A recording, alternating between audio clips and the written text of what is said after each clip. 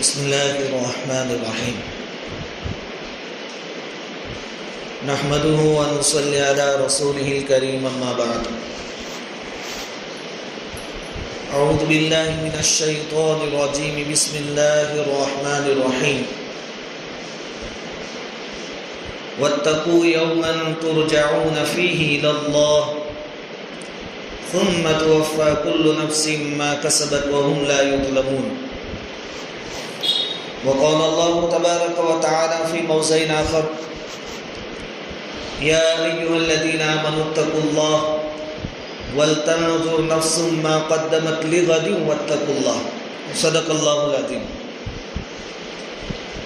بزرگوں اور پیارے بھائیوں، اللہ رب العزت کا بڑا کرم اور احسان ہے کہ اللہ تعالیٰ نے ہم سب کو ایمان کی دولت سے نوازا ہے. جیسا کہ ہم لوگ جانتے ہیں کہ ابھی کچھ دنوں پہلے ترکی میں، ملک شام یعنی سیریا میں، اردن یعنی جوردن میں سخت زلزلے آئے. بڑے خطرناک زلزلے تھے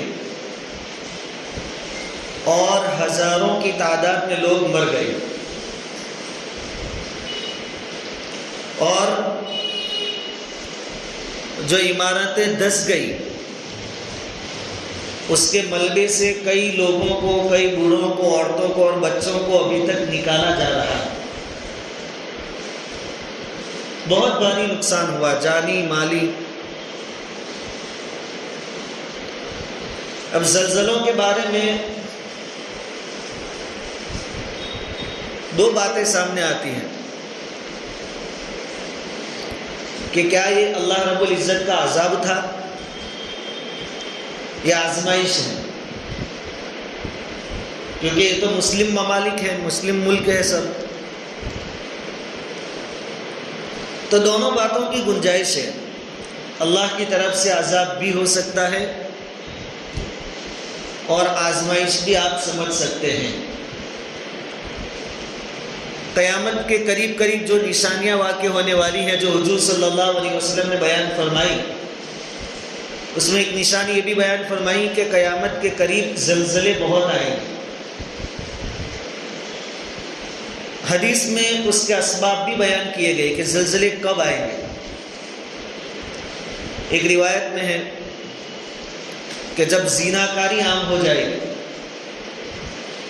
اسی طرح جب سود کھانا ایک معمول بن جائے گا، لوگوں کا عام ہو جائے گا، تو پھر زلزلے آئیں گے. اب یہ زیناکاری اور سود یہ تو بالکل ہمارے سامنے بھی ہے. بہرحال ہمارے لیے یہ جو واقعات پیش آئے زلزلوں کے، وہ ایک تنبیہ ہے، اللہ کی طرف سے وارننگ ہے. تنبیہ یعنی وارننگ. اور عقل مند وہ ہے کہ جب ان کو متنبہ کیا جائے، ان کو وارننگ دی جائے، تنبیہ دی جائے، تو آگے کے مرحلے میں اپنے آپ کو سنوار لے، سدھر جائے. اب ہمارے لیے ضروری ہے کہ ہم لوگ رجوع الی اللہ کریں، یعنی اللہ کی طرف رجوع کریں،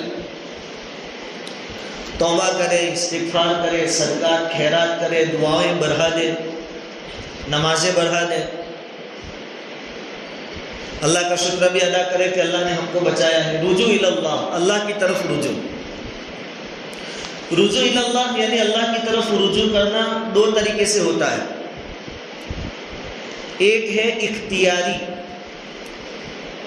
یعنی خود اپنے اختیار سے، اور ایک ہے غیر اختیاری، یعنی ہم چاہیں یا نہ چاہیں.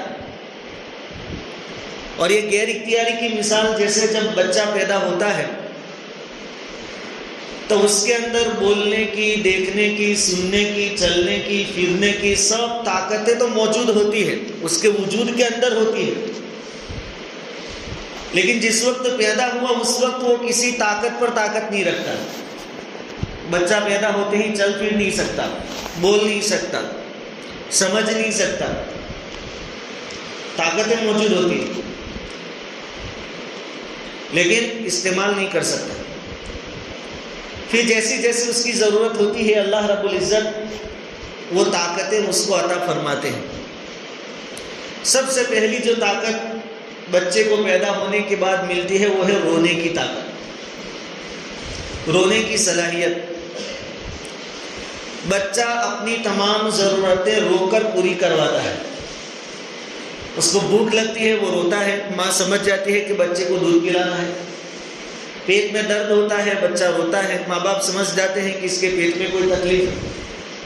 ٹھنڈی لگتی ہے، گرمی لگتی ہے، کوئی بھی تکلیف ہو بچہ روتا ہے. تو اس ہنر اور صلاحیت کے ذریعے بچہ اپنی ضرورتیں پوری کرتا ہے. یہی اس کی زندگی کا سرمایہ ہوتا ہے. پھر جب کچھ وقت گزرتا ہے دوسری صلاحیتیں اس کے ایکٹیو ہوتی ہے، دوسری طاقتیں اس کو حاصل ہوتی ہیں. وہ بول سکتا ہے، سنتا ہے، سمجھتا ہے، پیروں سے چل سکتا ہے، وہ اپنے گھر میں چلتا ہے، پھرتا ہے، دوڑتا ہے، کھیلتا ہے. پھر ایک وقت ہوا آتا ہے کہ انسان اپنے گھر سے نکل کر گلی محلے میں کھیلتا ہوتا ہے، بازار تک چلے جاتا ہے. یہ طاقتیں دھیرے دھیرے اللہ رب العزت اس کو عطا فرماتا ہے. پھر ایک وقت وہ آتا ہے کہ ماں باپ اس کی تعلیم اور تربیت کی فکر کرتے ہیں، اسکول اور مدرسے اس کو بھیجتے ہیں. یہ تعلیم حاصل کرنے کا سلسلہ چلتا ہے. ایک طرف اس کا شعور اور سمجھ بیدار ہوتا ہے اور دوسری طرف اس کا جسم نشو و نما پاتا ہے، یہ بڑا ہوتا ہے. ایک وقت وہ آتا ہے کہ کھلونے سے کھیلنا میں وہ سب چیزیں وہ چھوڑ دیتا ہے. اب اس کا شوق بدل جاتا ہے. اب جوانی کی دہلیز پر اس نے قدم رکھا تو زیب و زینت کا شوق پیدا ہوتا ہے کہ میرا چہرہ ذرا اچھا دکھے، بار بار آئینے میں دیکھتا ہے، میرے کپڑے ذرا اچھے دکھیں، میرے بوٹ اچھے ہوں، شوز اچھے ہوں. پھر ان چیزوں کی طرف دھیان دیتا ہے. پھر ایک مرحلہ وہ آتا ہے کہ اس کی شادی ہو جاتی ہے. پھر اس کو دولت جمع کرنے کی حرص اور لالچ پیدا ہوتی ہے.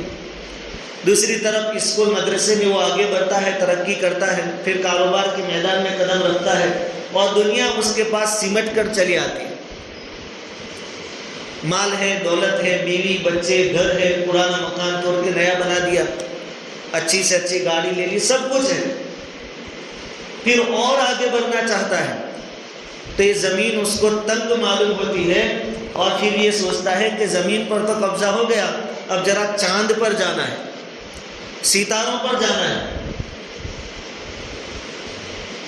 پھر وہ اور ترقی کرتا ہے اور جتنا بھی حاصل ہو جائے اس پر بس نہیں کرتا، حل میں مزید اور ہے، اور آنے دو، اور آنے دو، اور آنے دو. اسی بھاگ دوڑ میں اپنا راحت و سکون بھی بھول جاتا ہے. نہ وقت پر کھانا پینا اس کو یاد رہتا، نہ وقت پر سونا اس کو نصیب ہوتا.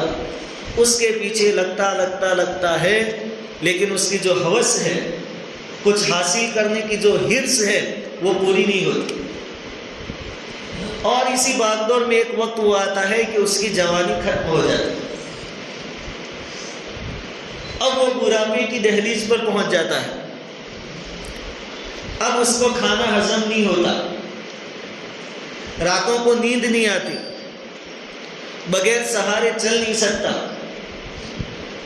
دینی آواز اس کو سنائی نہیں دیتی. تب اس نے بڑھاپے میں قدم رکھ دیا.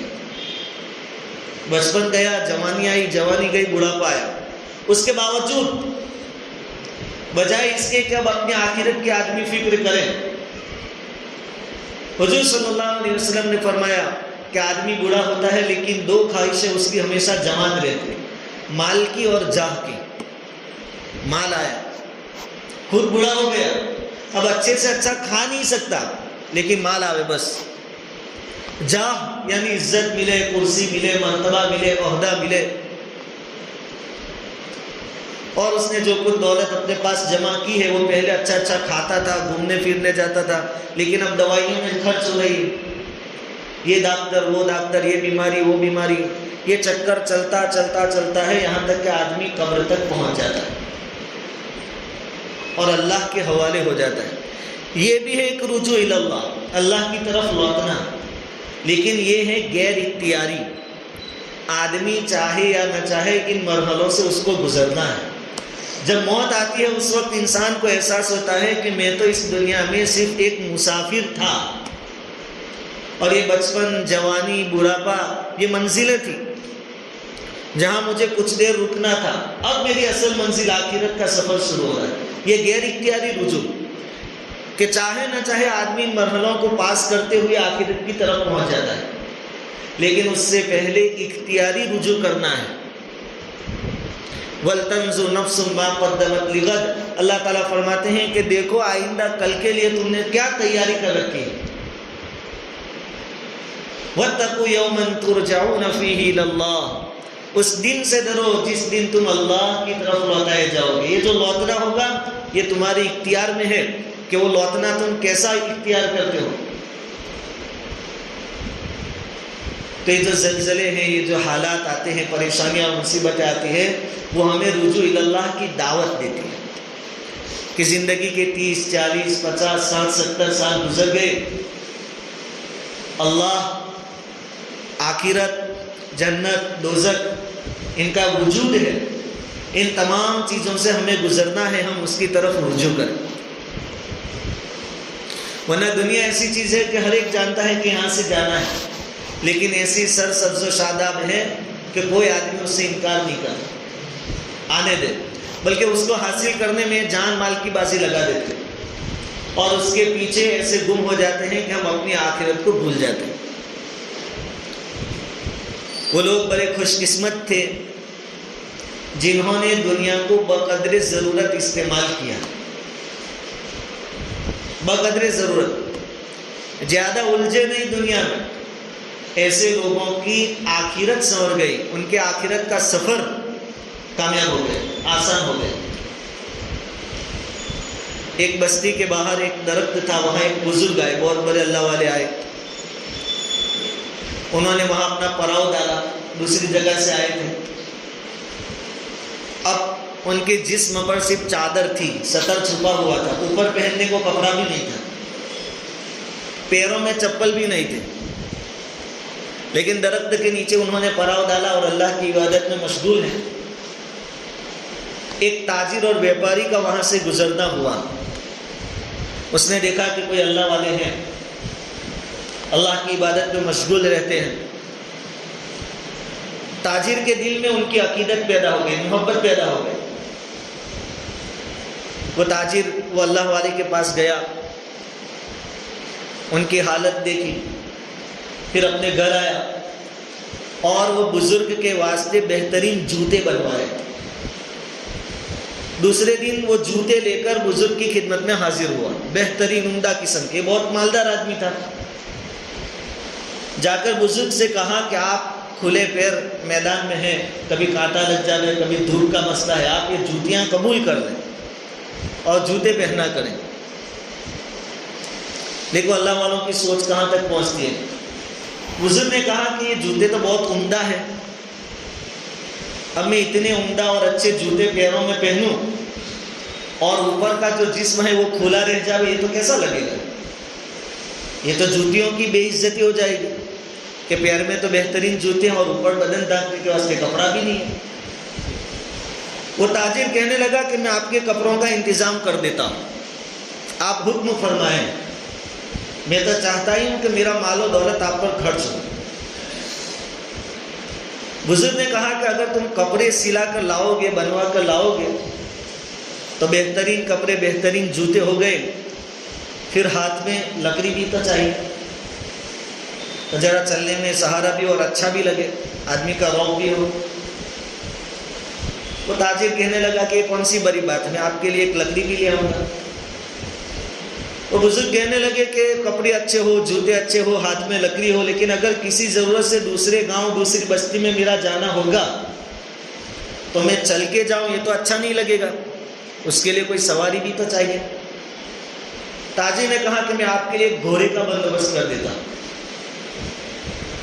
بزرگ کہنے لگے کہ گھوڑا دیکھا تو اس کو گھاس چارہ کون کھلائے گا، اس کی دیکھ بھال کون کرے گا، اس کے لیے کوئی خادم اور نوکر بھی تو چاہیے۔ کہا کہ ہم آپ کے لیے نوکر کا انتظام کر دیتے ہیں۔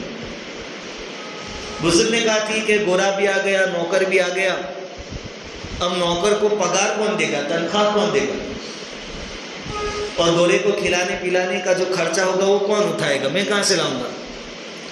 کہا کہ ایک خرچے کے واسطے میں ایک بہت بڑی زمین آپ کے نام کر دیتا ہوں، اس کی جو انکم ہوگی، پیداوار ہوگی، اس میں سے آپ نوکر کو پگار بھی دیں گے اور گھوڑے کا خرچہ بھی نکل جائے گا۔ بزرگ کہنے لگے کہ جب زمین اتنی بڑی ہوگی، میرے پاس گھوڑا ہوگا، نوکر ہوگا، سب کچھ ہوگا، تب یہ شادی بھی تو کرنی پڑے گی۔ تاجر کہنے لگا ٹھیک ہے، آپ کے لیے شادی کا بھی ہم انتظام کر دیں گے۔ کہا کہ جب شادی ہوگی تو پھر بچے بھی ہوں گے۔ کہا کہ اگر اللہ نے چاہا تو بچے بھی ہوں گے۔ کہا جب بچے ہوں گے اور اللہ نہ کرے ان بچوں میں سے ایک آدھ بچہ مر گیا تو روئے گا کون؟ تاجر کہنے لگا کہ یہ تو آپ کا دکھ ہے، آپ کی تکلیف ہے، رونا تو آپ کو ہی پڑے گا، اس کا درد تو آپ کو ہی ہوگا۔ تو بزرگ نے کہا یہ جوتے پکڑ، واپس لے جا، میرا کوئی بچہ مر جائے اور مجھے درد ہو، تکلیف ہو، مجھ سے برداشت نہیں ہوگا۔ یہ ساری کارستانی اور کارگزاری جوتوں کی وجہ سے اس کو واپس لے جا، مجھے نہیں چاہیے۔ میں اسی پوزیشن پر بڑا بڑھوں کہ ایک ہی کپڑا ہے سطر چھپانے کے واسطے اور پیروں میں چپل نہیں ہے۔ جو لوگ جانتے تھے وہ جانتے تھے کہ دنیا میں آپ جتنے الجھو گے اور زیادہ الجھائے گی، اور جتنا بچ کر رہو گے آخرت کا سفر اتنا آسان ہو جائے گا۔ ایک اور حکایت کتاب میں لکھی ہے دنیا کے بارے میں کہ 4 دوست کسی لمبے سفر پر جا رہے تھے۔ اب ان کا سفر جنگل سے ہو کر تھا، کئی دن رات جنگل میں سے گزرتا تھا۔ اب رات آئی، مشورہ کیا کہ اگر چاروں کے 4 سو گئے تو کوئی جانور حملہ کر دے گا، یا ہمارے پاس تھوڑا بہت جو سامان ہے کوئی چوری کر لے گا، تو 3 آدمی سو جاوے اور 1 جاگے، ایسا انتظام کر لیتے۔ اب 4 میں سے ایک تو بڑھئی تھا، لکڑی کا کام کرنے والا، سُتھار، ایک درزی تھا، ٹیلر، تیسرا سونار تھا، سونی، اور چوتھا فقیر آدمی تھا۔ 4 آدمی۔ پہلی رات کو جاگنے کی باری بڑھئی کی آئی، سُتھار کی، وہ 3 سو گئے۔ اب اس نے سوچا کہ پوری رات یوں ہی بیکار بیٹھے رہنا، مجھے بھی نیند آ جائے گی، اس کی بجائے کوئی اچھا کام کرتے ہیں۔ اس نے لکڑیاں کاٹی اور ان لکڑیوں میں سے ایک بہترین ڈھانچہ یعنی پتلا بنایا عورت کی طرح۔ اس کی رات جو ڈیوٹی تھی وہ ختم ہو گئی۔ دوسرے دن باری تھی درزی کی، ٹیلر کی۔ اس نے کہا کہ میرے ساتھی نے اچھے سے اچھا ڈھانچہ بنایا ہے، پتلا بنایا ہے، تو کیوں نہ میں اس کے کپڑے بنا دوں۔ اس نے کپڑے بنائے، تو بہترین پتلا اور بہترین لباس۔ تیسرے دن باری آئی سونی کی، سونار کی۔ اس نے کہا کہ میرے دونوں ساتھیوں نے اپنا اپنا کمال دکھایا، میں تو سونار ہوں، میرے پاس سونا بہت ہے۔ تو اس نے اپنی ڈیوٹی کے درمیان طرح طرح کے زیورات اس کو پہنائے، کانوں میں بالیاں ڈالی، ہاتھ میں میتیاں ڈالی، بہترین سجایا اس کو۔ اور چوتھی رات کو باری تھی فقیر کی۔ اس کے پاس تو کچھ تھا نہیں اور کوئی ہنر بھی نہیں تھا۔ اس نے اللہ رب العزت سے دعا کی کہ اللہ میرے 3 ساتھیوں نے اپنا اپنا کمال دکھایا، میرے پاس کچھ نہیں ہے، تو میری لاج رکھ لے اور میری دعا قبول کر لے اور اس پتلے میں جان ڈال دے۔ اللہ رب العزت نے اس کی دعا قبول کر لی۔ صبح میں اٹھے تو دیکھا کہ ایک خوبصورت عورت ہے، بہترین کپڑے ہیں، زیورات سے سجی ہوئی ہے، اب چاروں اس کے پیچھے بھاگنے لگے کہ یہ میری ہے۔ سونار بھی بھاگ رہا، ٹیلر بھی اس کے پیچھے بھاگ رہا، سونار بھی بھاگ رہا، سب بھاگ رہے کہ میری ہے، اور وہ عورت بھی بھاگ رہی۔ جاتے جاتے شہر میں پہنچے اور مقدمہ عدالت میں گیا۔ چاروں نے، فقیر بھی دعویٰ کر رہا ہے کہ میری دعا سے اس کے اندر روح آئی۔ جج صاحب کے سامنے کھڑے ہوئے، جج صاحب نے اس کو دیکھا تو جج صاحب بھی عاشق ہوئے اور کہے کہ تم چاروں جھوٹے ہو، یہ میری ہے۔ یہاں بات اور بگڑ گئی۔ اب یہ بات گئی بادشاہ کے پاس، سب کو وہاں بلایا، 5 کو، 4 تو وہ تھے اور وہ جج بھی تھا۔ بادشاہ نے جب اس کو دیکھا تو وہ بھی اس پر عاشق ہو گیا، تو اس نے حکم دیا کہ ان 5 کو قید خانے میں ڈال دو، یہ تو میری بیوی ہے۔ اب 5 ہو گئے لڑنے والے. تو وہ جو پتلا جس میں سے عورت بنی تھی اس نے کہا 1 منٹ رک جاؤ، میں بھاگتی ہوں، تم لوگ مجھے پکڑنے کے واسطے بھاگو، جو پکڑ لے میں اس کی. پھر کتاب میں لکھا ہے کہ وہ بھاگنے والی دنیا ہے، اور ہم سب، بادشاہ بھی اس کے پیچھے بھاگ رہا ہے، وزیر بھی پیچھے بھاگ رہے ہیں، فقیر بھی بھاگ رہے ہیں، سنار بھی بھاگ رہے ہیں، اور سودھار بھی بھاگ رہے ہیں، اور ٹیلر بھی بھاگ رہا ہے. پوری دنیا اس کے پیچھے بھاگ رہی اور دنیا اس کے آگے بھاگ رہی. آج تلک کسی کے ہاتھ میں آئی نہیں اور آنے والی بھی نہیں. اللہ نے جس کو جتنا دیا ہے اس میں اپنی دنیا میں خوش رہیں، لیکن آخرت کو ہمیشہ یاد رکھیں. یہ ترکی وغیرہ کے جو زلزلے ہیں اس میں ہمارے لیے بہت بڑی عبرت ہے، ہمارے لیے وارننگ ہے.